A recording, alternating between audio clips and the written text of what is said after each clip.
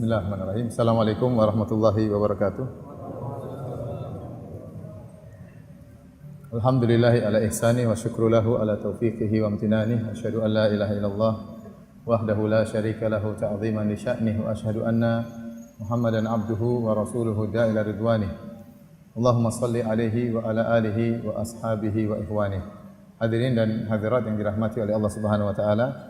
Alhamdulillah, puji dan syukur kita panjatkan kepada Allah Subhanahu wa taala yang terus-menerus melimpahkan kepada kita karunia sehingga pada malam hari ini kita diperkenankan untuk berkumpul bersama dalam rangka mempelajari sejarah seorang pahlawan Islam yang telah memberikan sumbangsi besar dalam Islam, yaitu kisah sahabat mulia Mus'ab bin Umair radhiyallahu taala anhu.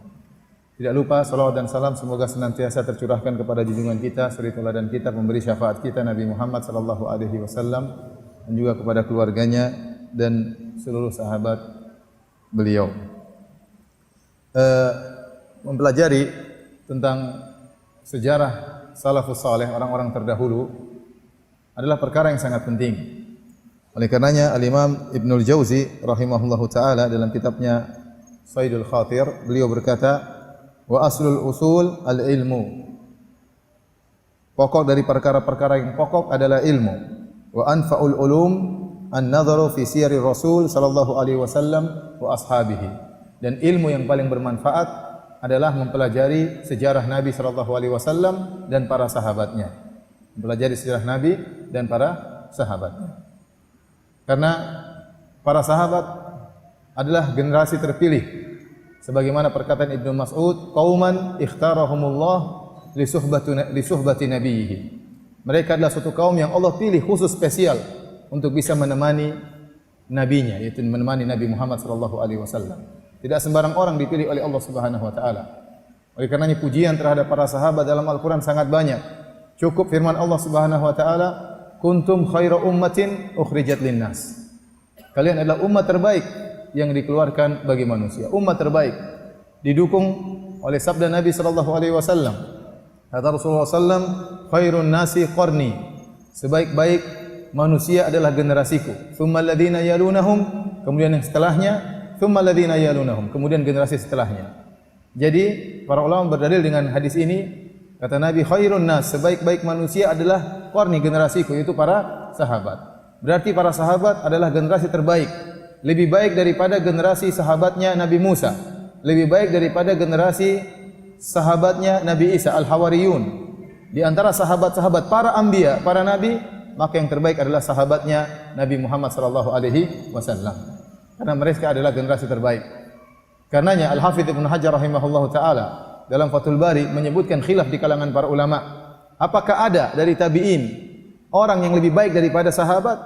Maka ada dua pendapat. Jumhur ulama, mayoritas ulama berpendapat bahwasanya generasi sahabat lebih baik daripada generasi tabi'in, daripada generasi tabi'in secara person. Artinya tidak ada seorang person pun dari tabi'in yang lebih baik daripada sahabat. Seandainya ada sahabat yang kedudukannya paling rendah, dia masih lebih mulia daripada tabi'in yang paling tinggi kedudukannya. Kenapa? Karena mereka adalah kaum yang dipilih oleh Allah Subhanahu wa taala. Mereka berkesempatan untuk melihat Rasulullah sallallahu alaihi wasallam, untuk menimba ilmu dari Nabi sallallahu alaihi wasallam. Banyak di antara mereka berkesempatan untuk ikut berjihad bersama Nabi sallallahu alaihi wasallam, ikut menyumbangkan harta mereka demi jayanya Islam. Oleh karenanya tatkala ada seorang alim ulama ditanya tentang mana yang lebih afdal, apakah Umar bin Abdul Aziz rahimahullahu taala yang merupakan salah seorang tabi'in yang sangat luar biasa ya, amalan beliau, apakah lebih baik Umar bin Abdul Aziz ataukah Muawiyah bin Abi Sufyan? Maka jawabannya Muawiyah bin Abi Sufyan lebih baik. Bahkan debu yang ada di hidung Muawiyah masih lebih afdal daripada amalannya Umar bin Abdul Aziz rahimahullahu taala. Kenapa? Tatkala Muawiyah berjihad bersama Rasulullah sallallahu alaihi wasallam. Kesempatan bisa berjihad bersama Nabi sallallahu alaihi wasallam ini adalah kesempatan yang sangat luar biasa yang tidak bisa didapatkan oleh orang-orang setelah para sahabat Nabi sallallahu alaihi wasallam. Oleh karenanya para sahabat dipuji oleh Allah bukan cuma di Al-Quran, bahkan di Taurat dan di Injil juga disebutkan. Kalau kita mungkin buka Taurat dan Injil, perjanjian lama, perjanjian baru, mungkin kita tidak dapatkan sahabat disebutkan di situ. Namun kita yakin bahwasanya para sahabat pernah disebutkan dan dipuji oleh Allah dalam Taurat dan Injil. Allah berfirman, Muhammadur Rasulullah walladzina ma'ahu asyidda'u 'alal kuffari ruhama'u bainahum tarahum ruk'an sujjadan yabtaguna fadlan minallahi wa ridwana simahum fi wujuhihim min athari sujud dzalika mathaluhum fit Taurat. Kata Allah Subhanahu wa taala, Muhammadun Rasulullah, Muhammad adalah utusan Allah. Walladzina ma'ahu, dan orang-orang bersamanya itu para sahabat. Ya.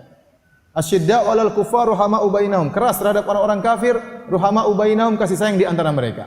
Setelah itu Allah puji mereka, kata Allah, tarahum ruk'an sujjada, engkau melihat mereka senantiasa sujud, senantiasa ruku'. Allah puji zahir mereka. Mereka adalah orang-orang yang sangat rajin beribadah. Tarahum ruk'an sujjada, mereka senantiasa sujud dan ruku'. Kemudian apa? Allah puji hati mereka. Kenapa mereka ruku' dan sujud? Bukan karena riya, bukan karena ingin dipuji. Ya butaguna fadlan minallahi wa ridwana.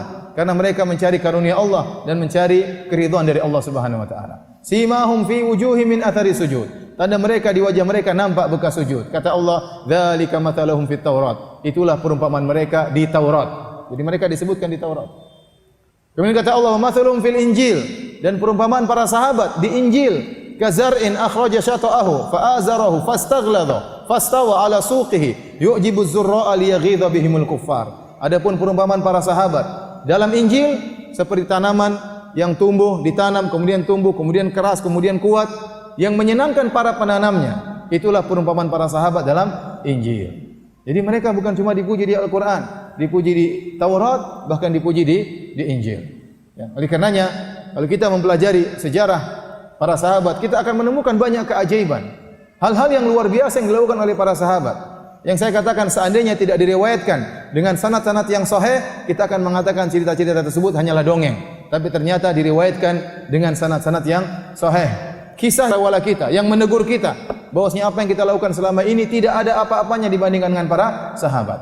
Dengan mempelajari sejarah para sahabat, kita jauh dari ujub, jauh dari keangkuhan. Kita tahu kita ini tidak ada apa-apanya dibandingkan perjuangan mereka yang sangat luar biasa radhiyallahu taala anhum ajma'in.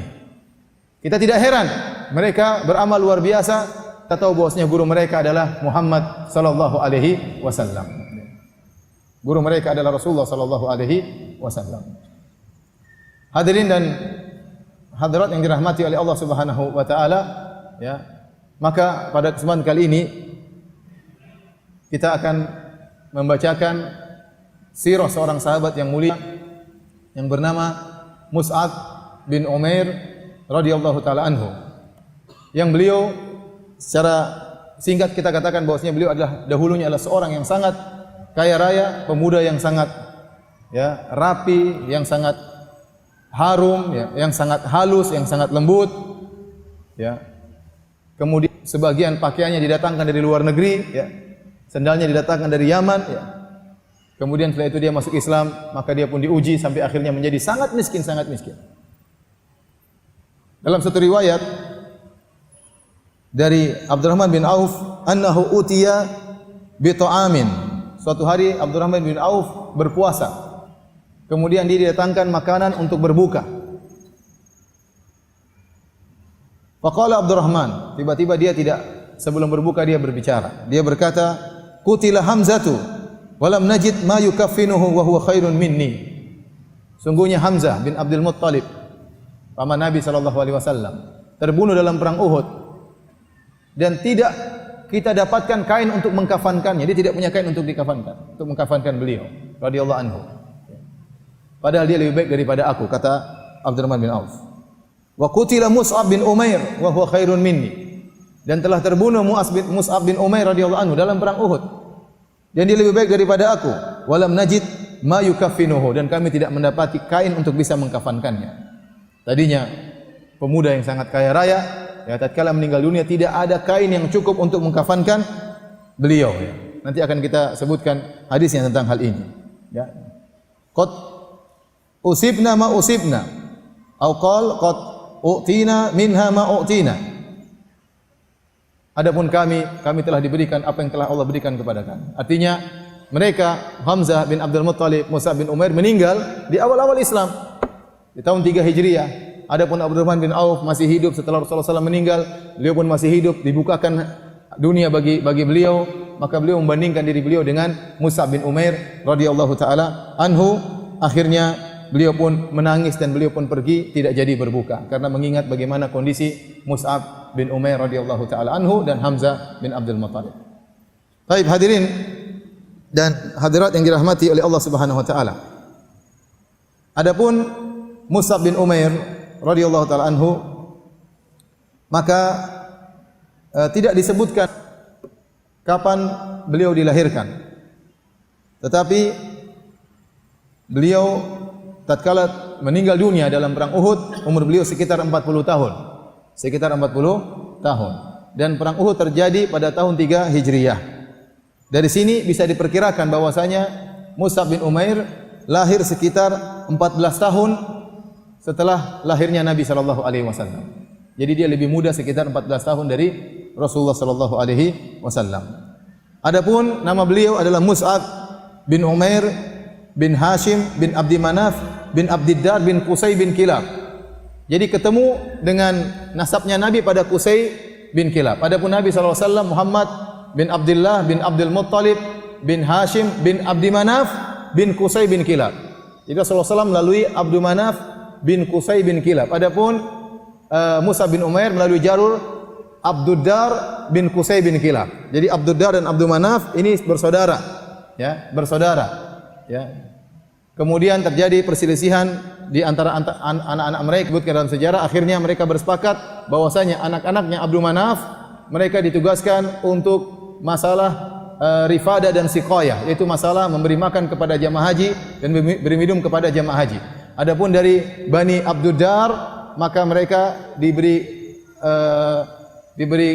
kekuasaan untuk masalah liwa wal hijab, yaitu masalah pembelaan negara, masalah peperangan, mereka yang menjadi pemimpin, dan juga masalah kepengurusan Ka'bah, masalah kunci Ka'bah, masalah kiswah Ka'bah dari anak-anak Bani Abduddar. Kenapa saya sebutkan hal ini? Karena nanti dalam perang Uhud, ya, pasukan kaum muslimin benderanya dipegang oleh Mus'ab bin Umair dari Bani Abduddar. Dan ternyata pasukan kaum musyrikin benderanya dipegang juga oleh Banu Abdiddar, sama-sama dari Banu Abdiddar. Namun satu membela Islam, yang satu membela syaitan. Baik, beliau diberi gelar dengan Mus'ab al-Khair. Mus'ab al-Khair artinya kebaikan. Diberi gelar dengan al-Khair, dengan kebaikan, karena orangnya sangat baik. Dan beliau, ya, kunyahnya adalah Abu Abdullah. Adapun ibu beliau, kenapa kita sebutkan ibu beliau? Karena ibu beliau juga masuk dalam sejarah Mus'ab bin Umair. Nama beliau, ibu beliau adalah Khinas bintu Malik. Khinas bintu Malik.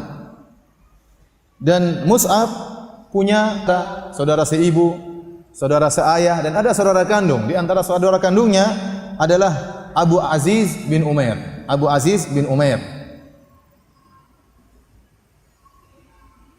Dan Abu Aziz bin Umair ini nanti akan ikut serta juga dalam perang Uhud, ya, memerangi kaum muslimin, dan dalam perang Uhud tersebut ternyata Mus'ab bin Umair meninggal dunia. Tapi beliau sebelum Islam, beliau adalah seorang pemuda yang sangat, kalau kita bahasa kita, sangat ngetren, paling top dalam masalah penampilan. Karena ibunya sangat perhatian terhadap beliau, ibu dan ayah sangat perhatian terhadap Mus'ab bin Umair.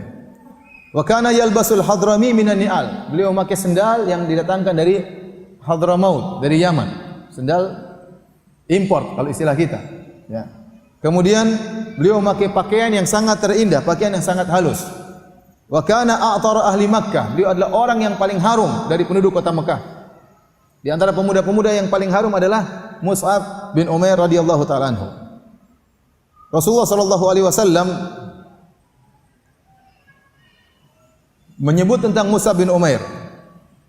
Kemudian beliau berkata, "Ma ra'aitu bi Makkah ahadan ahsan limmatan wala araqa hullatan wala an'ama ni'matan min Mus'ab bin Umair." Aku tidak pernah melihat ada seorang pun di kota Mekah yang paling rapi, teratur, paling halus bajunya, dan paling kaya, paling nikmat hidupnya daripada Mus'ab bin Umair radhiyallahu taala anhu.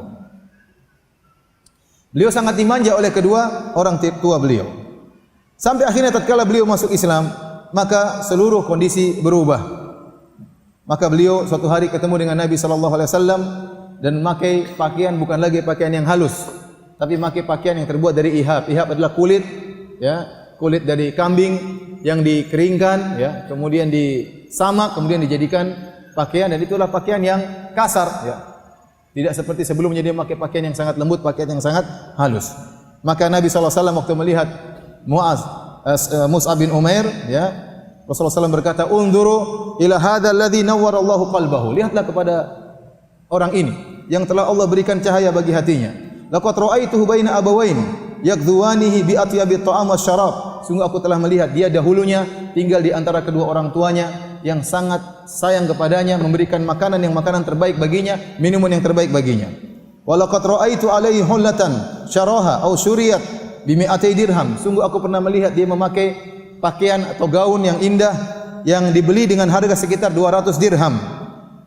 Fada'ahu hubbullahi wa hubbu rasuli ila ma tarawun. Akan tapi cintanya kepada Allah dan cintanya kepada Rasulullah membuat dia sekarang seperti ini. Ya. Pakaiannya dengan pakaian yang lusuh, ya, pakaian yang kasar, dan perubahan yang sangat nampak pada Mus'ab bin Umair radhiyallahu taala anhu. Adapun istri beliau Mus'ab bin Umair adalah Hamnah bintu Jahshin, saudari dari Zainab binti Jahshin, istrinya Nabi sallallahu alaihi wasallam. Hamnah bintu Jahshin. Adapun ibunya Hamnah adalah Umaymah bintu Abdul Muttalib.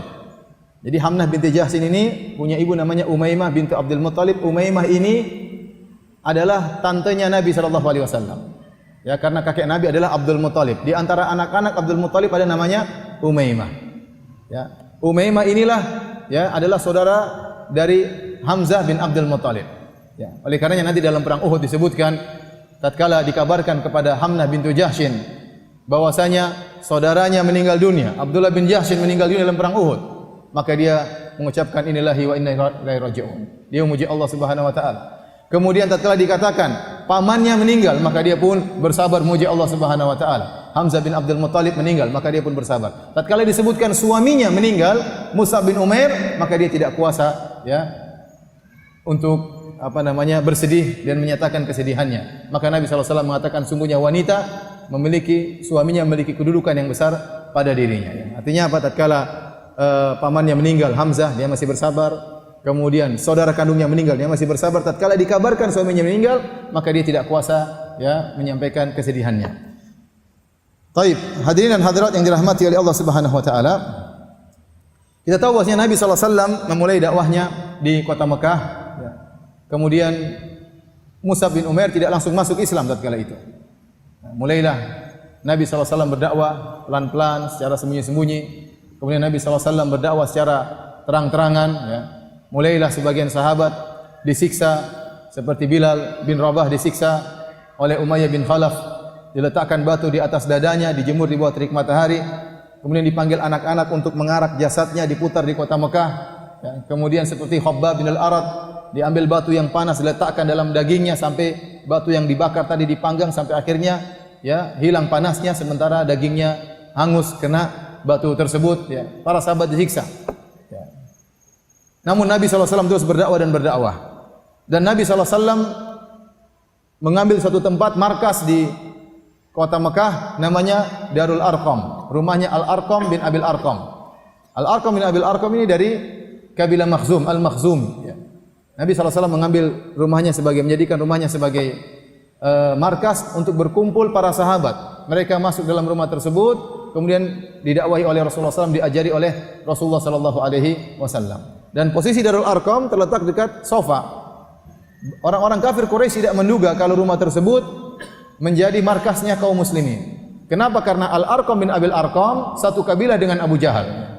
Sama-sama dari Bani Makhzum, ya. Ya, disangka ini kawan, padahal dia sudah masuk Islam dan rumahnya dijadikan sebagai markas untuk belajar. Mus'ab bin Umair, ya, mendengar tentang Rasulullah SAW, maka dia mulai tertarik dan akhirnya dia pun masuk dalam Darul Arqam. Kemudian belajar dari Nabi SAW, akhirnya dia pun menyatakan dirinya untuk masuk Islam pada tahun 5 kenabian, tahun ke-5 kenabian, ya. Bukan tahun 5 Hijriah, ya. Kalau kita bilang tahun ke-5 kenabian itu sejak Nabi diangkat menjadi nabi sampai tahun 13 kenabian, maka tahun 13 kenabian Nabi berhijrah. baru mulailah disebut dengan tahun Hijriyah. Tahun pertama, tahun kedua, tahun ketiga dan seterusnya. Jadi beliau masuk Islam pada tahun kelima Hijriyah. Maka tatkala beliau masuk Islam, ya, mulailah kehidupan beliau berubah. Tapi beliau masih menyembunyikan keislamannya karena khawatir ketahuan ibunya. Ibundanya sangat sayang kepada beliau. Semua kebutuhannya dipenuhi. Ya. Jadi dia tahu kalau dia sampai nampakkan Islamnya, maka akan terjadi ya permusuhan yang sangat hebat. Karena keluarganya semua masih musyrik, ayahnya musyrik, ibunya musyrik, kakak-kakaknya musyrik, adik-adiknya musyrik. Maka beliau memilih untuk menyembunyikan Islamnya. Ya. Sampai akhirnya suatu hari ada yang melihat Mus'ab bin Umair salat. Maka akhirnya dilaporkanlah kepada ibunya. Tatkala ibunya tahu bahwasanya Mus'ab radhiyallahu taala anhu telah masuk Islam, maka ibunya pun marah, ya. Ibunya pun marah, kemudian ibunya mulai menghentikan segala bantuan yang selama ini diberikan, ya. Kemudian mulai keluarganya menyiksa Mus'ab bin Umair radhiyallahu taala anhu, disiksa dan disiksa, akhirnya mulailah berubah penampilan beliau radhiyallahu taala anhu. Yang tadinya adalah pemuda yang paling keren istilah kita, pemuda yang paling harum, ya. Pemuda yang dipuji-puji oleh para pemuda yang lain, pemuda yang orang banyak ya ingin seperti dia karena begitu nikmat hidupnya. Bahkan pemuda yang paling kaya, yang paling nikmat hidupnya adalah Mus'ab bin Umair radhiyallahu taala anhu. Namun setelah beliau masuk Islam semuanya berubah. Berubahlah penampilan beliau, tubuh beliau mulai mengurus, ya. Sampai Rasulullah sallallahu alaihi wasallam, ya, tatkala melihat Mus'ab bin Umair kondisinya berubah, maka Rasulullah SAW pun menangis. Kenapa? Rasulullah SAW tahu bagaimana Mus'ab bin Umair sebelum masuk Islam dan setelah masuk Islam. Dan ibunya, ya, berusaha menahan Mus'ab agar Mus'ab tidak pergi kepada Rasulullah sallallahu alaihi wasallam. Bahkan ibunya bersumpah, ya, tatkala mengetahui Mus'ab masuk Islam. Apalagi tatkala Mus'ab setelah berhijrah ke negeri Habasyah, maka ibunya bersumpah untuk tidak makan, untuk tidak minum, dan untuk tidak bernaung di bawah naungan sampai Mus'ab kembali kepada ibunya karena saking sayangnya kepada anaknya. Jadi Mus'ab sudah berhijrah, ya. Ibunya tidak terima, bersumpah untuk tidak makan, tidak minum. Ini berat bagi Mus'ab bin Umair. Dia tahu bagaimana ibunya sayang kepada dia, tapi dia harus memilih Islam daripada ibunya. Sampai tidak mau makan, tidak mau minum, tidak mau bernaung di bawah naungan, ya. Kemudian berdiri di bawah terik matahari sampai akhirnya jatuh pingsan karena ingin anaknya kembali. Namun Mus'ab tidak mau kembali. Anak-anaknya yang lain, saudara-saudara Mus'ab akhirnya mengambil ya kayu diletakkan di mulut ibunya agar ibunya bisa minum agar tidak meninggal, ya. Namun Mus'ab tetap tegar, tidak termakan dengan ya apa yang dilakukan oleh ibundanya. Tapi hadirin dan hadirat yang dirahmati oleh Allah Subhanahu wa taala, maka setelah Mus'ab masuk Islam, berubahlah kehidupan beliau. Ali bin Abi Thalib pernah berkata, "Inna lajulusun ma'a Rasulillah sallallahu alaihi wasallam fil masjid." Suatu hari kami duduk bersama Nabi sallallahu alaihi wasallam di masjid. Ittala alaina Mus'ab bin Umair. Tiba-tiba muncul Mus'ab bin Umair di hadapan kami. Wa ma alaihi illa burdatun lahu marqu'atun bi farwin. Ternyata biasanya beliau memakai gaun yang indah, ya, yang sangat halus. Kali ini dia memakai baju yang kasar, kemudian dirobek-robek, kemudian ditempel-tempel dengan kulit. Pakainya ditempel-tempel dengan kulit. Falamma ra'ahu Rasulullah sallallahu alaihi wasallam baka lilladzi kana fihi minan ni'mah. Maka Rasulullah SAW pun menangis membandingkan kondisi Mus'ab yang tadinya keren, pakaian begitu indah, sekarang pakaiannya robek-robek, ditempel dengan kulit-kulit, ya. Kondisi yang sangat susah. Maka Rasulullah SAW pun menangis. Kemudian Rasulullah SAW berkata, "Kaifa bikum idza ghada ahadukum fi hullatin wa raha fi hullatin wa wudi'at baina yadayhi safhatun wa rufi'at ukhra wa satartum buyutakum kama tasturul Ka'bah." Bagaimana kondisi kalian jika datang suatu hari kalian ya pergi, kalian memakai baju yang lain, kemudian pulang pakai baju yang lain, kemudian kalian dihidangkan piring, ya, kemudian diangkat piring yang lain, artinya dalam kondisi kaya, baju pun sudah banyak, pergi pakai baju lain, pulang pakai baju lain, piring pun sudah banyak, menunjukkan makanan yang banyak, diletakkan, dihidangkan makanan, diangkat piring yang lainnya. Kalian pun menutup rumah-rumah kalian sebagaimana Ka'bah ditutup dengan kain. Qalu ya Rasulullah, nahnu yauma idzin khairun minnal yaum. Natafarragu lil ibadah wa nakfil mu'nah. Apakah lebih baik kondisi kami sekarang atau kondisi kami nanti seperti itu wahai Rasulullah sallallahu alaihi wasallam? Kami bisa konsentrasi untuk beribadah dan kami tidak perlu repot-repot, sudah berkecukupan. Maka Rasulullah SAW berkata, antumul yauma khairun minkum yauma idzin. Kalian, kondisi kalian sekarang ini lebih baik daripada kondisi kalian tatkala hari tersebut. Ya. Jadi Nabi SAW ingin jelaskan, Mus'ab meskipun dia seperti ini kondisinya, dia jauh lebih baik daripada kondisi sebelumnya yang penuh dengan kenikmatan. Baik, hadirin hadirat yang dirahmati oleh Allah Subhanahu wa taala. Tatkala terjadi hisar pengepungan di Syekh Abi Talib, waktu kaum musyrikin mengepung memboikot Nabi SAW dan para sahabatnya sampai bertahun-tahun. Diboikot, tidak dikasih makan, tidak dikasih minum, ya. Diputus hubungan semuanya sampai mereka hidup dalam kondisi sangat sulit. Maka sebagian sahabat ya mengalami kepayahan yang amat sangat. Di antaranya Mus'ab bin Umair radhiyallahu taala anhu. Sampai-sampai saking kurusnya beliau, ya, saking lemahnya tubuh beliau, ya, yang tadinya beliau adalah seorang yang sangat manja, orang yang sangat nikmat hidupnya, ya, disayang sama kedua orang tuanya, maka tatkala mengalami cobaan seperti ini sulit bagi beliau. Sa'ad bin Abi Waqqas radhiyallahu anhu berkata, "Kana Mus'ab bin Umair atrafa gulamin bi Makkah baina abawai." Mus'ab bin Umair adalah pemuda yang paling enak hidupnya, dimanja di antara kedua orang tuanya di Mekah. Falamma asabahu ma asabana lam yaqu ala dzalik. Tatkala kami diuji dengan ujian tersebut, diboikot oleh orang-orang kafir Quraisy, maka beliau tidak kuat menghadapi itu semua. Wa laqad ra'aituhu wa inna jildahu la yatatayaru anhu tatayura jildil hayyah. Sungguh aku telah melihat perubahan fisik pada Mus'ab bin Umair sampai kulitnya yang tadinya sangat halus akhirnya bersisik-sisik seperti sisik ular, dan terlepas sisik-sisik tersebut sebagaimana lepasnya sisik dari kulit ular.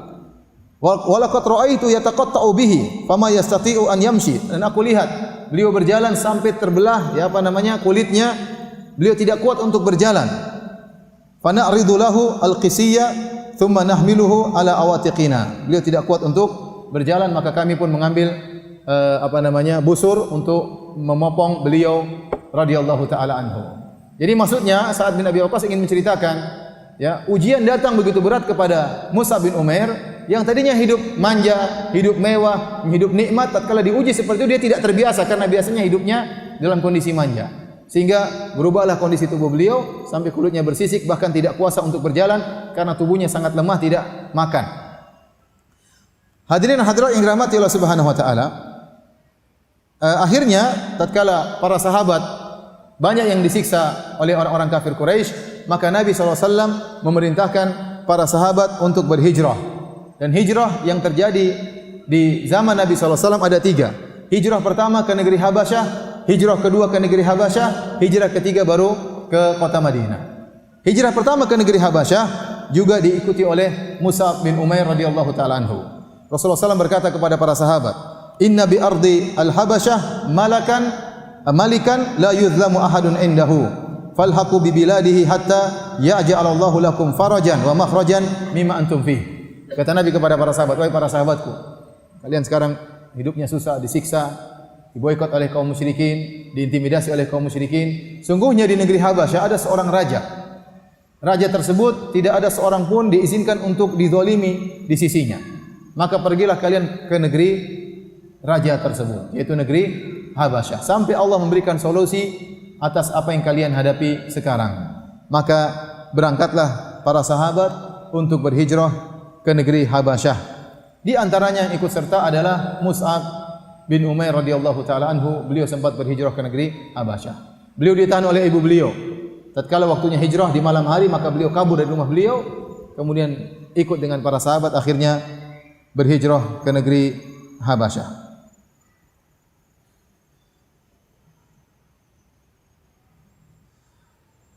Disebutkan tatkala beliau berhijrah, ya,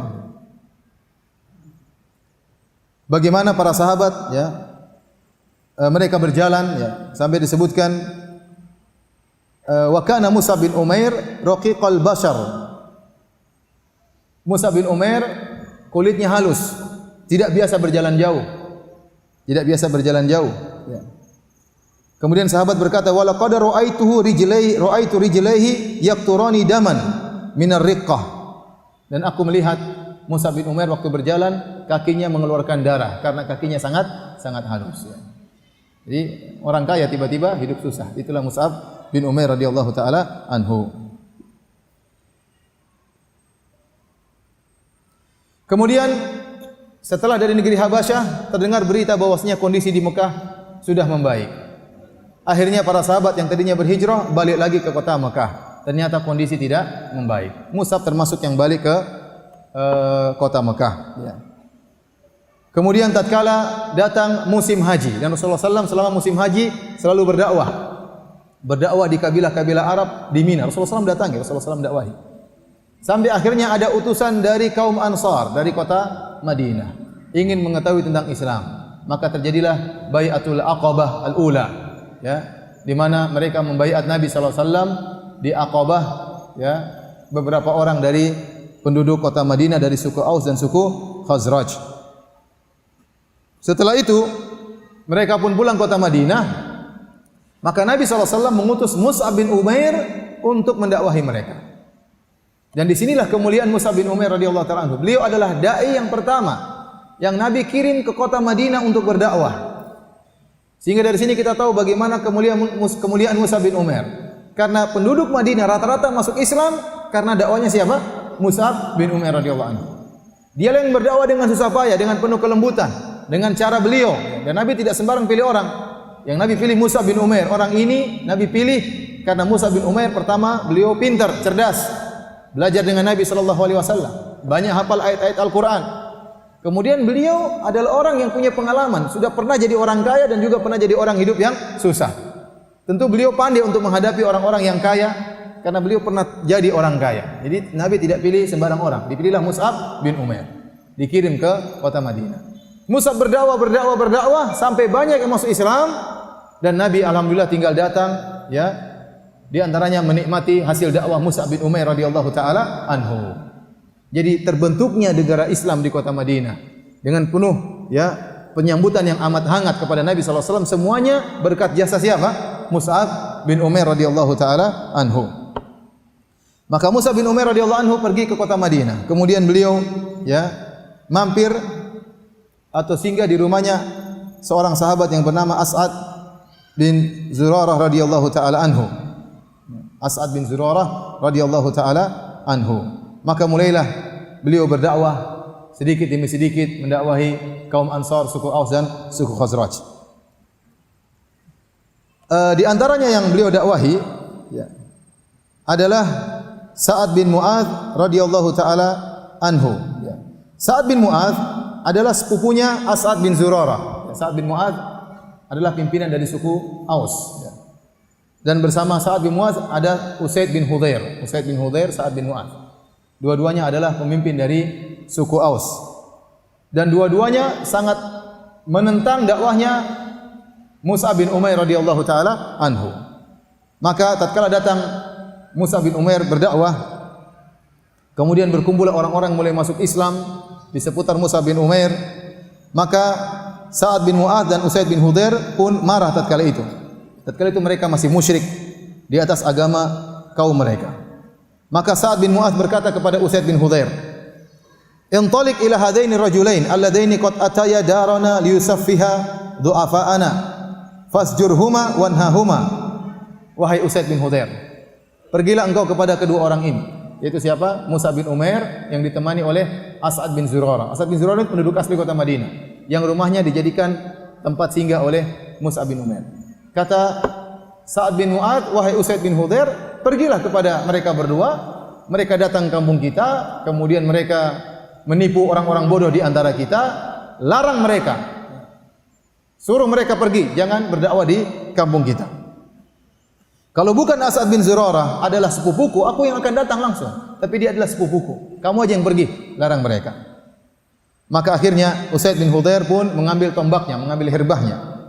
Kemudian dia pergi menuju ke Mus'ab bin Umair dan As'ad bin Zurarah. Tatkala Usaid bin Hudhair datang, Maka As'ad bin Zurarah berkata kepada Mus'ab bin Umair, "Hadza sayyidu qaumihi, fasduqillaha fihi." Wahai Mus'ab bin Umair, ini adalah pemimpin kaumnya, maka hendaknya kau mendakwahi dengan tulus kepada Allah Subhanahu wa taala. Kata Mus'ab, "In yajlis ukallimhu." Kalau dia mau duduk, saya akan dakwahi dia. Kemudian akhirnya Usaid bin Hudzair datang, kemudian berdiri di hadapan Mus'ab dan As'ad bin Zurarah sambil mencaci maki mereka berdua. Kemudian Usaid bin Hudzair berkata, "Ma ja'a bikuma ilaina tusaffihani du'afa'ana?" Apa yang buat kalian datang kepada kampung kami, kalian berdua? Kalian berdua hanya menipu orang-orang bodoh di antara kami sehingga akhirnya masuk Islam. I'tazilana, tinggalkanlah kami, pergi. Maka Mus'ab berkata kepada Usaid bin Hudzair dengan penuh ketenangan. Kata Mus'ab bin Umair, "Au tajlis wa fatasma." Atau kalau boleh, kau duduk, dengar dulu. Dengar dulu. Fa in radita amran qabiltahu wa in karihtahu kaffa anka ma takrahu. Kuffa anka ma takrahu. Kau dengar dulu. Kalau kau suka terima, kalau enggak suka ya enggak usah terima. Tapi dengar dulu. Faqala ansaftu. Kata Usaid bin Hudzair, "Ya, saya dengar." Akhirnya dia pun menancapkan tombaknya, kemudian dia duduk berhadapan dengan Mus'ab bin Umair. Fakallamahu Mus'ab bil Islam wa qara'a ilal Qur'an. Maka Mus'ab pun berbicara tentang Islam, tentang indahnya Islam. Kemudian Mus'ab bin Umair membacakan Al-Qur'an. Ya, tatkala mendengar hal tersebut, nampak berubah wajahnya Usaid bin Hudzair. Tertarik dia dengan Islam. Sampai Mus'ab tahu orang ini belum masuk Islam, sudah tampak Islam di wajahnya. Akhirnya dia berkata, "Ma ahsana hadzal kalam wa ajmalah." Wahai Mus'ab bin Umair, sungguh indah perkataan, sungguh baik perkataan. Kaifa tasnauna idza aradtum an tadkhulu fi hadzal din? Apa yang harus kalian lakukan kalau ingin masuk dalam agama ini? Maka Mus'ab dan As'ad berkata, "Taktasil fatatahhar wa tutahhir thawbaik, thumma tashhad syahadatal haqq, thumma tusalli." Kau mandi, ya, kemudian bersihkan bajumu, kemudian bersyahadah, kemudian salat.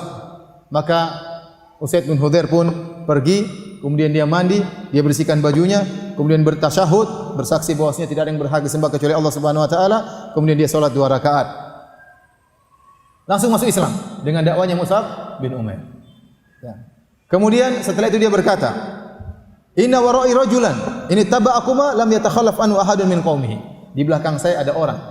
Kalau dia masuk Islam, semua orang pasti masuk Islam. Maksudnya siapa? Sa'ad bin Mu'adz. Yang tadi perintahkan Usaid bin Hudzair untuk mengusir siapa? Mus'ab bin Umair.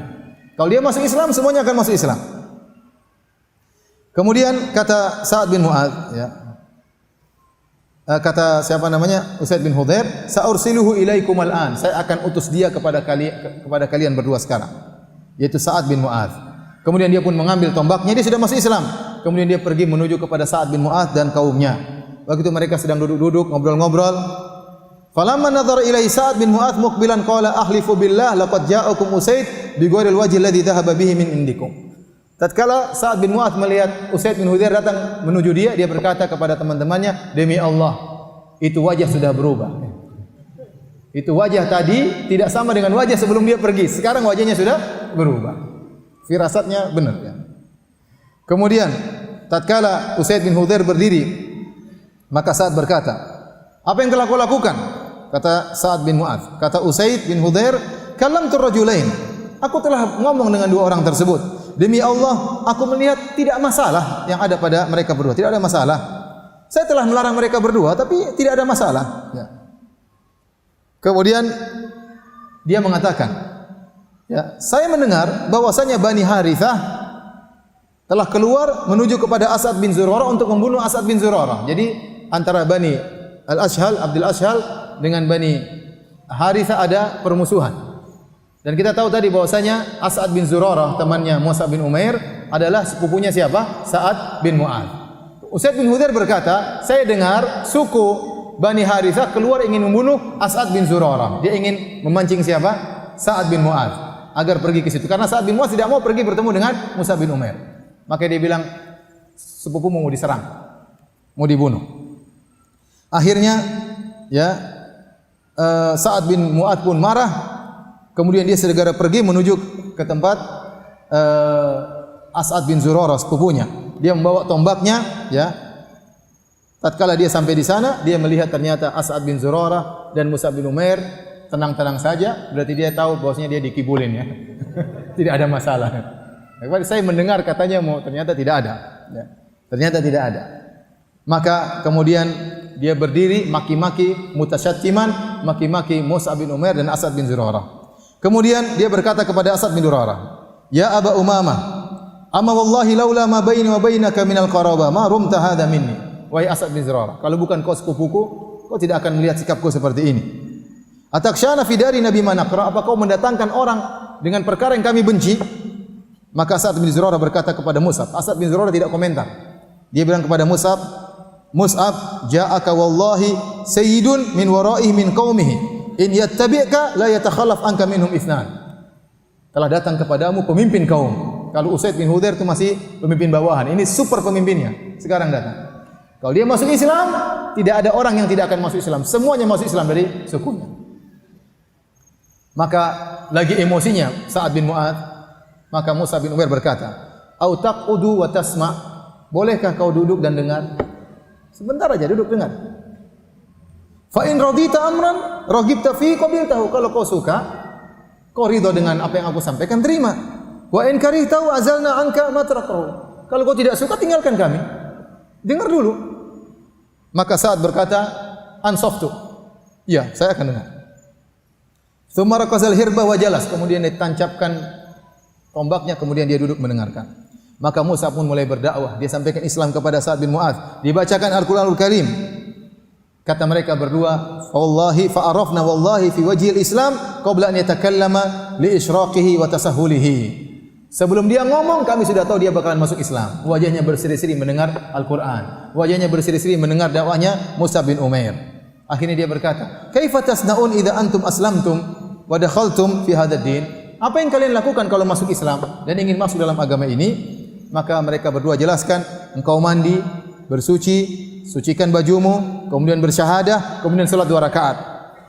Maka dia pun mengambil tombaknya, ya. Kemudian dia pun pergi pulang menuju ke kaumnya. Di situ masih ada Usaid bin Hudzair. Ya, tatkala kaumnya melihat Sa'ad bin Mu'adz datang, mereka komentar, "Demi Allah, wajahnya juga berubah." Demi Allah, wajahnya juga berubah. Wajah tadi pergi ngamuk-ngamuk, pulang berseri-seri. Wajahnya sudah berubah.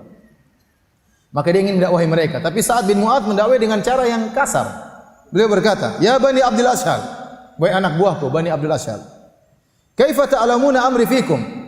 Menurut kalian saya ini bagaimana di hadapan kalian? Maka mereka memuji, kata mereka, "Sayyiduna afdaluna ra'yan." Engkau adalah pemimpin kami, engkau yang paling cerdas di antara kami. Mereka puji Sa'ad bin Mu'adz. Kemudian Sa'ad bin Mu'adz berkata, "Fa inna kalama rijalikum wa nisaikum alayya haramun hatta tu'minu billahi wa rasulih." Sejak saat ini saya tidak mau lagi ngomong sama kalian, tidak mau ngomong sama perempuan-perempuan kalian sampai kalian beriman kepada Allah dan Rasulnya. Maksa dia. Enggak ada omong-omong sekali, tutup, enggak ada omongan. Kecuali kalian masuk Islam. Akhirnya semua masuk Islam karena segan kepada Sa'ad bin Mu'adz. Ya. Semua tunduk kepada Sa'ad bin Mu'adz. Akhirnya semua masuk Islam, cuma satu orang yang tidak masuk Islam, yaitu Al-Utsairim. Al-Utsairim radhiyallahu anhu yang nanti masuk Islam belakangan. Tatkala terjadi perang Uhud, dia baru masuk Islam. Sebelumnya dia tidak masuk Islam. Nanti dia masuk Islam tatkala terjadi perang Uhud dan meninggal, dan Nabi mengatakan dia masuk surga, walam yasjud lillahi sajdah, dan belum sempat sujud meskipun 1 kali sujud. Karena dia masuk Islam menjelang apa? Menjelang perang Uhud dan langsung meninggal, terbunuh, belum sempat sujud namun dia masuk surga. Dia juga dari Bani Abdul Ashhal. Dia satu-satunya yang tidak beriman, sementara seluruh anak buah Sa'ad bin Mu'adz akhirnya masuk Islam.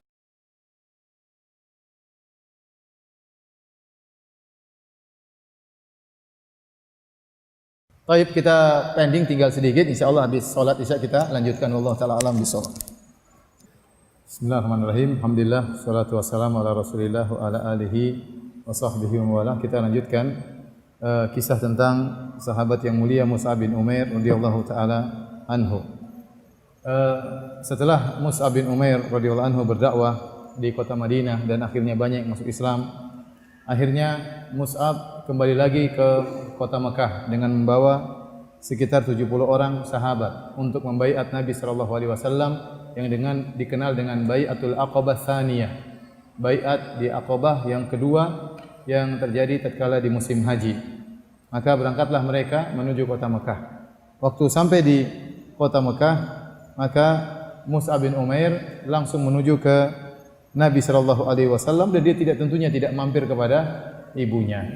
Karena ibunya ingin agar Mus'ab kembali musyrik kepada Allah Subhanahu wa taala.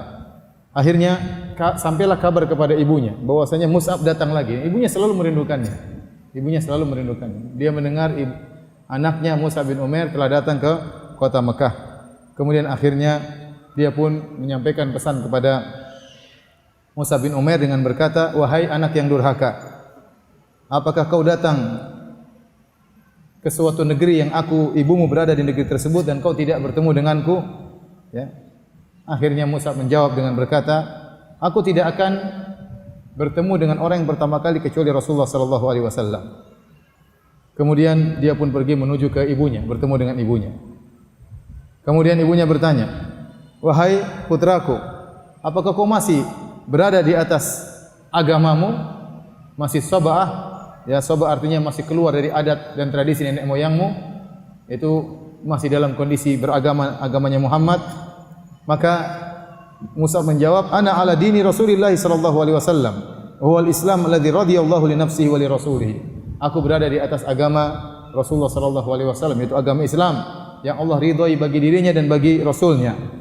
Kemudian ibunya berkata, "Ma syakarta ma rafaituka marratan bi ardil habasyah wa marratan bi Yathrib." Engkau tidak menghargai bagaimana kesedihanku kepada dirimu. Aku sedih waktu kau pergi ke negeri Habasyah. Kemudian kau pergi meninggalkan aku, pergi ke negeri kota Madinah. Aku sedih dan kau tidak menghargai itu seluruhnya. Apa kata Mus'ab? "Afirru bidini in taftinuni." Aku pergi untuk menyelamatkan agamaku daripada fitnah kalian. Kemudian ya, ibunya ingin menahan Mus'ab. Kata Mus'ab berkata ke ibunya, "La in anti habastani la ahrisanna ala qatli man yata'arrad li." Kalau engkau wahai ibunda ingin menahanku, maka setiap orang yang kau utus untuk menahanku akan aku bunuh, kata Mus'ab bin Umair. Saya tidak mau ditahan. Kemudian ibunya berkata, "Fadhhab li sya'nik," pergilah engkau. Kemudian dia pun menangis ibundanya. Mus'ab berkata, "Ya ummah, inni laki nasihun alaika syafiq." Wahai ibundaku, sungguhnya aku ingin yang terbaik bagimu. Aku sayang kepadamu dan aku memberi nasihat kepadamu. Fashhadi an la ilaha illallah wa anna Muhammadar Rasulullah. Masuklah engkau dalam Islam. Bersaksilah bahwasanya tidak ada yang berhak disembah kecuali Allah dan Muhammad adalah Rasulullah sallallahu alaihi wasallam. Tapi ibunya tidak mau, ya. Dia mengatakan, "La adkhulu fi dinik fayuzra bi ra'yi wa yudha'afa aqli." Kalau saya masuk dalam agamamu, maka aku akan dihina, dikatakan bodoh, ya. Walakinni ad'uka wa ma anta alaihi. Tapi biarlah kau dengan kondisimu. Akhirnya ibunya tidak mau masuk Islam. Kemudian Mus'ab setelah Nabi berhijrah ke kota Madinah pada tahun 2 Hijriah, terjadilah yang namanya perang Badar. Tatkala terjadi perang Badar, Rasulullah SAW memberikan bendera peperangan di Mus'ab bin Umair radhiyallahu taala anhu sebagai penghargaan kepada Mus'ab bin Umair. Dan lagi pula dia berasal dari Bani Abduddar sebagaimana kita jelaskan di awal pengajian. Setelah terjadi perang Badar, ya, dan kalah kaum musyrikin, Abu Jahal tewas, Umayyah bin Khalaf tewas, tokoh-tokoh musyrikin tewas, dan sebagian mereka ditawan. Di antara yang ditawan adalah Abu Aziz bin Umair, saudara kandungnya Mus'ab bin Umair. Dia musyrik dan dia ditawan dalam perang Badar. Ditawan. Kemudian waktu itu Rasulullah SAW mengumumkan kepada orang musyrikin di Mekah, barang siapa yang ingin menebus tawanan kalian silakan, tapi suruh bayar. Suruh bayar. Akhirnya saudaranya Abu Aziz bin Umair, ya, didatangi oleh Mus'ab, ditangkap oleh seorang sahabat namanya Muhriz. Kata Mus'ab bin Umair, "Usdud yadaika bihi." Wahai Muhriz, kata Mus'ab bin, pegang erat-erat itu Abu Aziz. Fa inna lahu umman bi Makkah katsiratal mal. Dia punya ibu kaya raya di Mekah. Faqala lahu Abu Aziz, kakaknya berkata atau saudaranya berkata, "Hadhi wasatuka bi ya akhi." Inilah sikapmu kepadaku wahai saudaraku. Maka Musa berkata, "Innahu akhi dunak." Yang tangkap kamu itulah saudaraku, kamu bukan saudaraku. Yang tangkap kamu itulah saudaraku. Karena berbeda agama. Kemudian akhirnya ibunya ngirim duit ya 4.000 dirham untuk menebus Abu Aziz. Kemudian pada tahun berikutnya, tahun 3 Hijriah, situlah tahun wafatnya Mus'ab bin Umair radhiyallahu anhu dalam peristiwa yang dikenal dengan peristiwa perang Uhud. Orang-orang kafir Quraisy mengirim pasukan dengan jumlah 3.000 orang dan ikut serta dalam peperangan tersebut ibundanya ya Khinas bintu Malik. Kemudian saudaranya tadi juga Abu Aziz bin Umair datang juga dalam pasukan kaum musyrikin untuk menyerang kaum muslimin. Dan sekali lagi Nabi SAW serahkan tampuk kepemimpinan kepada Mus'ab bin Umair.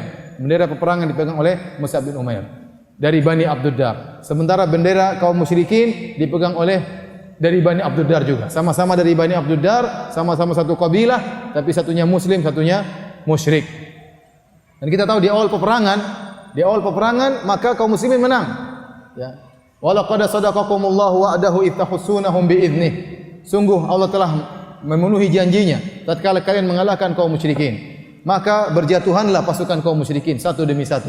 Bendera dari yang dipegang oleh Bani Abduddar jatuh, tewas seorang dari Bani Abduddar. Dipegang oleh Bani Abduddar yang lain, dipegang jatuh lagi benderanya. Dipegang oleh Bani Abduddar yang lain, jatuh lagi benderanya. Kalau bendera jatuh pertanda mereka kalah. Sampai akhirnya bendera terjatuh dan tidak ada yang berani pegang bendera kaum musyrikin. Mereka kabur di awal peperangan. Namun terjadi penyelisihan terhadap Nabi SAW. Tentunya cerita panjang dalam kisah perang Uhud. Ada sebagian sahabat yang akhirnya turun dari gunung Jabal Rumad. Akhirnya mereka mengumpulkan ghanimah. Tahu-tahu kaum musyrikin dipimpin oleh Khalid bin Walid muter, akhirnya menyerang kaum muslimin dari dua arah. Dan ini ceritanya panjang, namun intinya demikian. Akhirnya kaum muslimin diserang dari dua arah. Maka akhirnya mulailah berguguran kaum muslimin satu demi satu. Di antara yang berguguran adalah Mus'ab bin Umair radhiyallahu taala anhu. Mus'ab bin Umair disebutkan oleh para ahli sejarah, kalau beliau sudah pakai baju perang mirip sekali dengan Nabi sallallahu alaihi wasallam. Kalau dia sudah pakai baju perang, bukan wajahnya mirip dengan Nabi, tetapi tipe-tipe ya perangainya ya, kalau sudah memakai baju perang mirip seperti Rasulullah sallallahu alaihi wasallam. Maka ada seorang bernama Ibnu Kumayyah Al-Laitsi, dia sudah berniat untuk membunuh Muhammad sallallahu alaihi wasallam. Maka dia mencari-cari Nabi dalam barisan yang sedang kocar-kacir tersebut kaum muslimin. Tiba-tiba dia melihat Mus'ab bin Umair, maka dia pun membunuh Mus'ab bin Umair, ya. Sehingga Mus'ab bin Umair radhiyallahu anhu pun meninggal dunia dan dia menyangka bahwa yang meninggal adalah Muhammad sallallahu alaihi wasallam. Maka gugurlah Mus'ab bin Umair radhiyallahu anhu ya dengan berusaha memegang bendera kaum muslimin, akhirnya dia pun meninggal dalam perang tersebut, mati syahid radhiyallahu ta'ala anhu. Setelah terjadi perang Uhud selesai, maka Rasulullah SAW mengecek mayat-mayat yang bergelimpangan. Kemudian mulailah Rasulullah menguburkan para sahabat. Tatkala mereka mendapati jasad Mus'ab bin Umair radhiyallahu anhu, ya, ternyata baju yang dia pakai tidak panjang sehingga untuk mengkafankan Mus'ab bin Umair tidak cukup.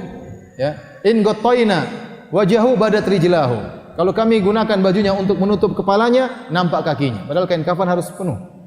Kalau kami gunakan untuk menutup kedua kakinya, nampak wajahnya.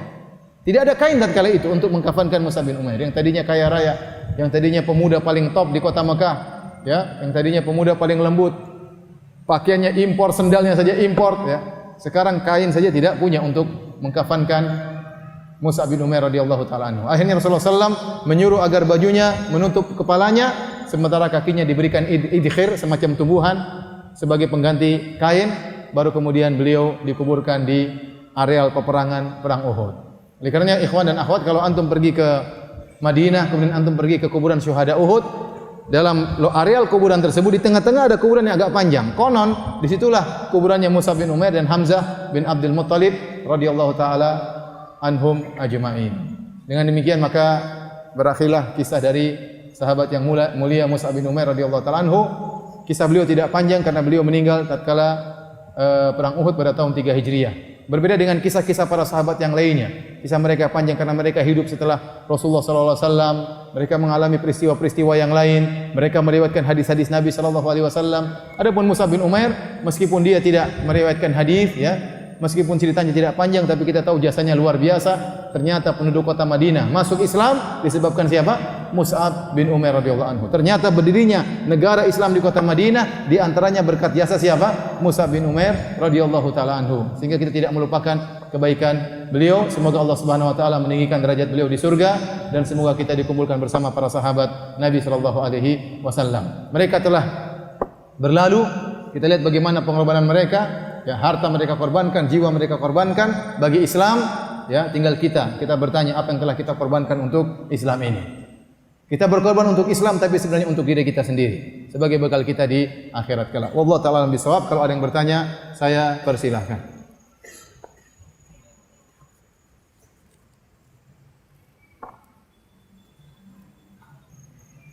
Apakah kiat-kiat agar kita dapat mencontoh perilaku Mus'ab bin Umair?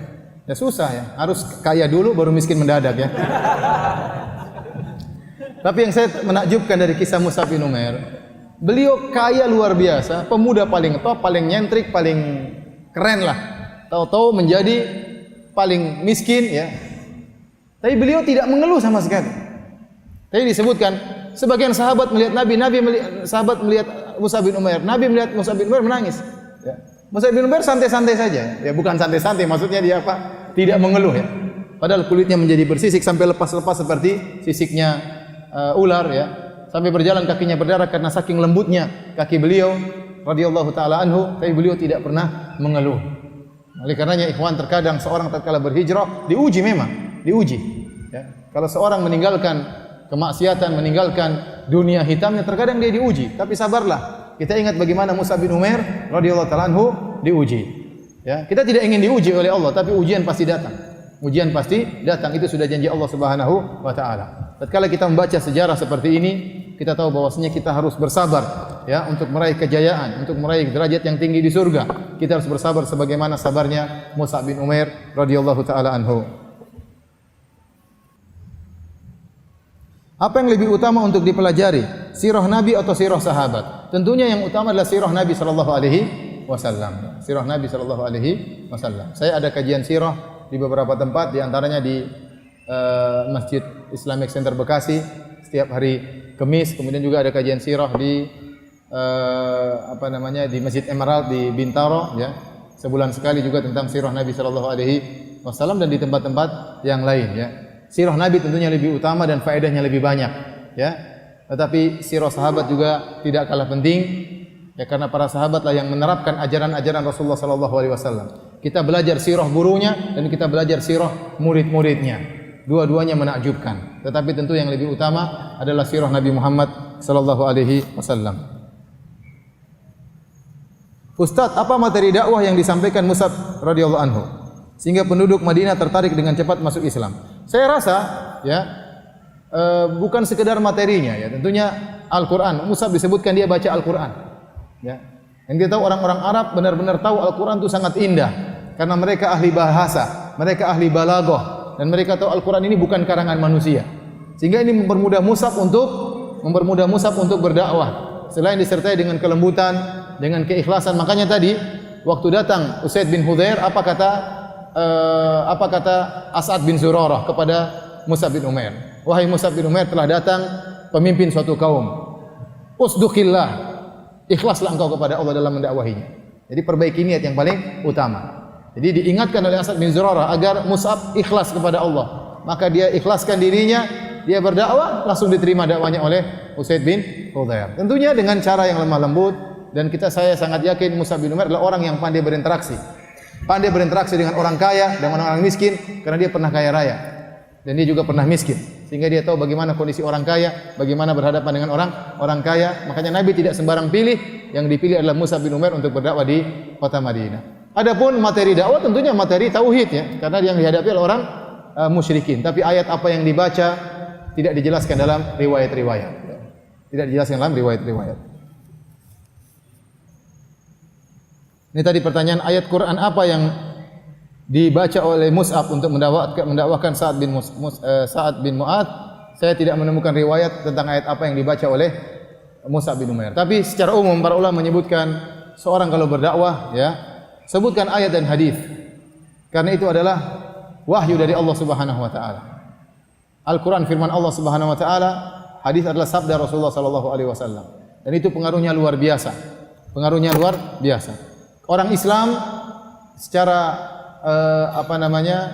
naluri mereka menghargai Al-Quran dan hadis Nabi Sallallahu Alaihi Wasallam. Kalau kita berceramah, kita sebutkan ayat, sebutkan hadis, maka ini punya pengaruh karena dakwah kita menjadi berkah diisi dengan dalil. Ya. Makanya diharapkan kalau para dai berdakwah, bahkan antum anak-anak muda kalau menyampaikan, sampaikan Allah berfirman dalam Al-Quran, Tuhan kita berfirman dalam Al-Quran, sebutkan ayatnya. Ya. Ya, bukan cuma ayat ini, surat ini, enggak, tapi sebutkan ayatnya. Ini lebih apa? Lebih afdal. Lebih afdal karena orang tersebut akan mendengar ayat yang kita baca.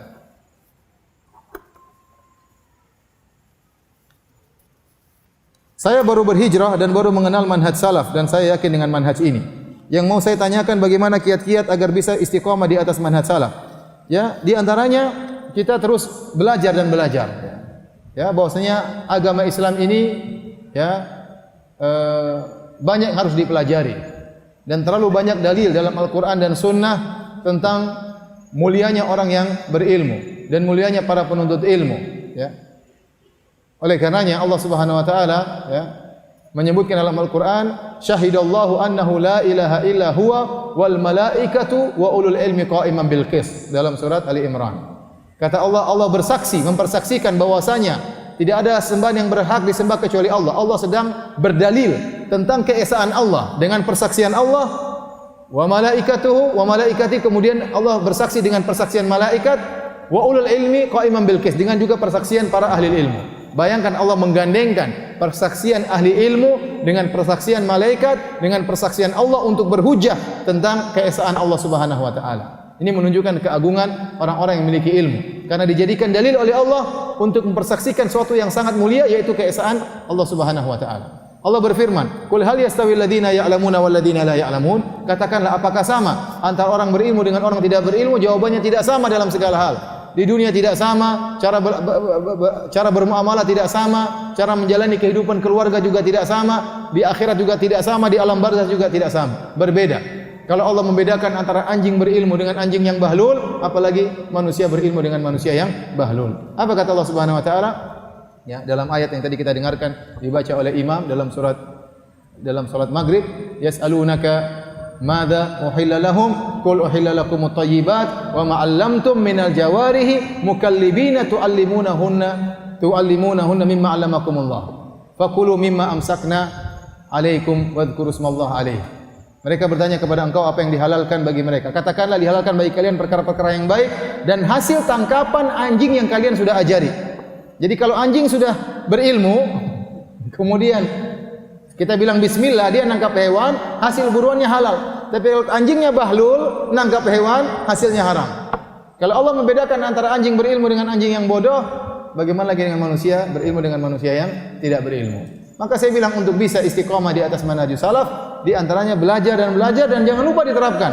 Jangan lupa diterapkan. Bukan cuma belajar dan mengumpulkan wawasan, tapi kita berusaha untuk menerapkan ya apa yang kita pelajari dan jauhkan diri dari syubhat.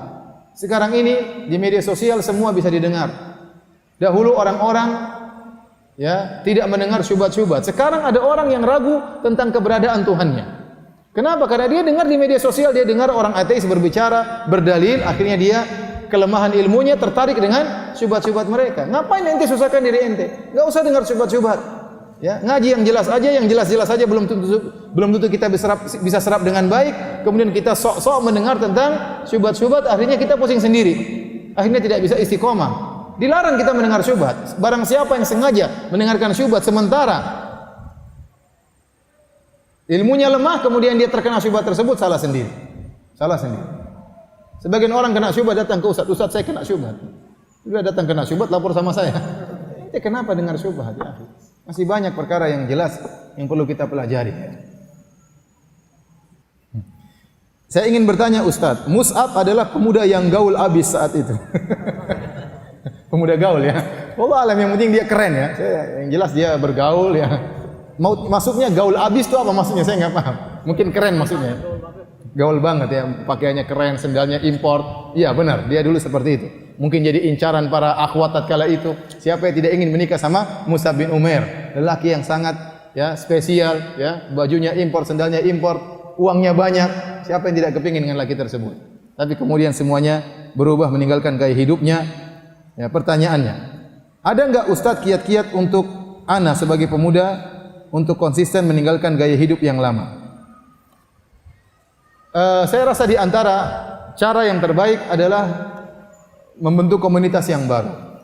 Kita mungkin dulu punya teman-teman, antum atau saya, kita dulu punya teman-teman yang mungkin tidak istiqomah, yang mungkin belum dapat hidayah. Ya. Maka tatkala kita meninggalkan sesuatu karena Allah Subhanahu Wa Taala, sebagaimana sabda Nabi Sallallahu Alaihi Wasallam, "Man taraka syai'an awadallahu khairan minhu." Barang siapa meninggalkan sesuatu karena Allah, maka Allah akan berikan ganti yang lebih baik.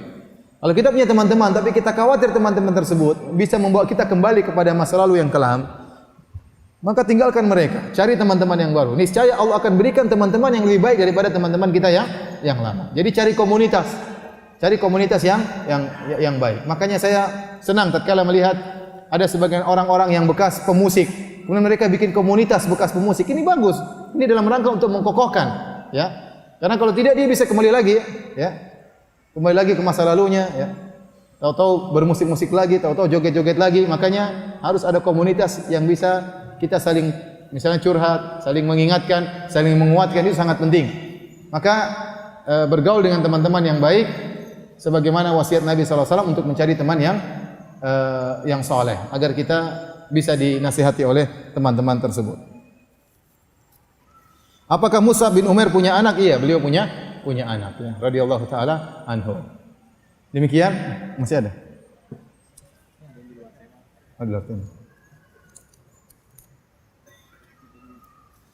Apakah sunnah bila masuk Islam harus bersusah dan miskin seperti Mus'ab?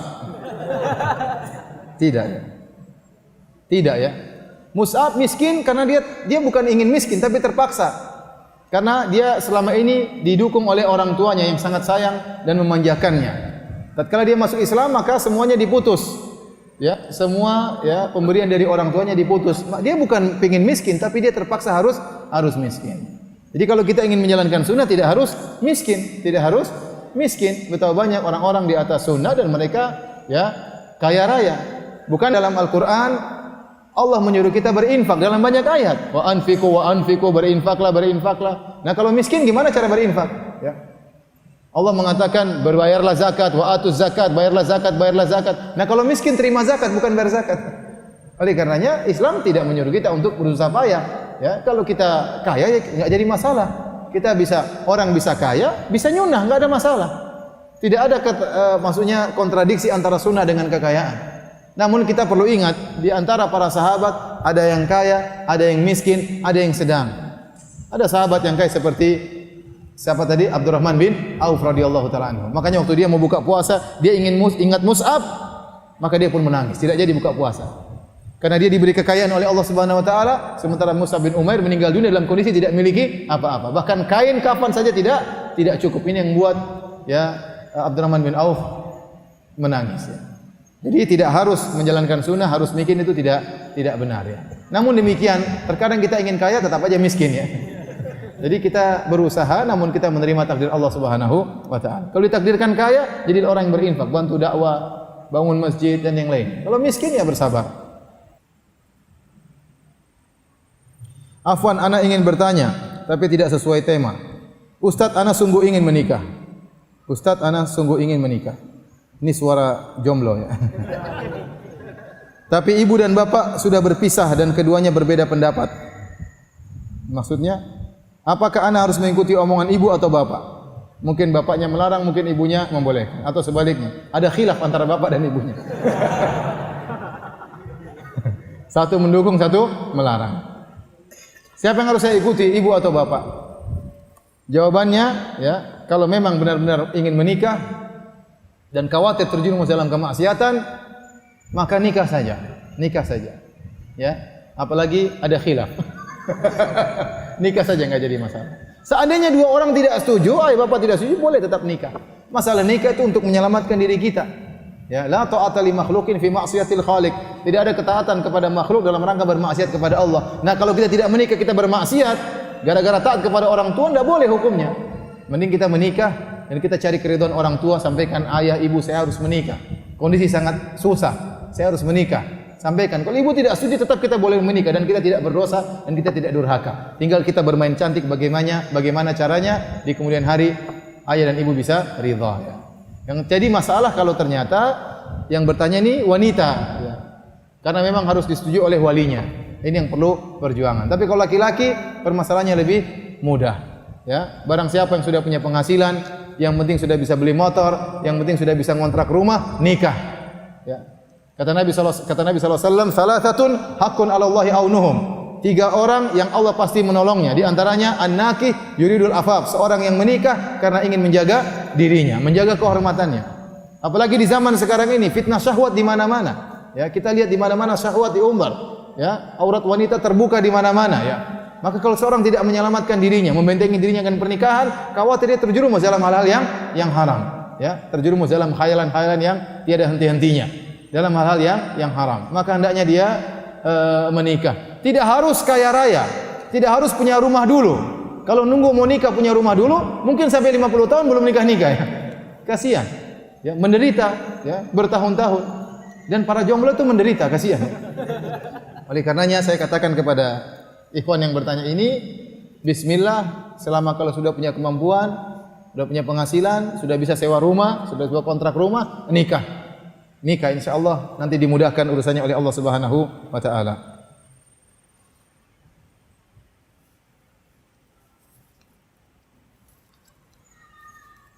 Ustadz, apa itu syubhat? Syubhat yang saya maksudkan adalah pemikiran-pemikiran yang rancu, yang kelihatannya seperti hujah, ternyata bukan hujah. Ternyata adalah kesesatan yang dilancarkan oleh musuh-musuh Islam, dilancarkan oleh orang-orang liberal, dilancarkan oleh orang-orang ateis yang membuat umat Islam agar ragu dengan agamanya. Maka kita jangan mendengarkan perkataan mereka. Tidak usah, kita hanya menyusahkan diri kita, membuat kita tenggelam dalam syubhat-syubhat. Kita ngaji-ngaji yang benar, syubhat-syubhat tidak usah didengar. Ya, karena waktu kita sedikit, sementara ilmu begitu banyak. Baik, demikian saja para hadirin hadirat apa yang saya sampaikan pada malam hari ini, ya. Mudah-mudahan kita bisa berjumpa di bulan depan dalam kisah yang lain, entah kisah nabi atau kisah sahabat atau kisah para ulama, ya, yang membuat kita terus semangat untuk beramal saleh dan berdakwah di jalan Allah Subhanahu wa taala. Kurang lebihnya saya mohon maaf. Wabillahi taufiq wal hidayah. Assalamualaikum warahmatullahi wabarakatuh. Waalaikumsalam.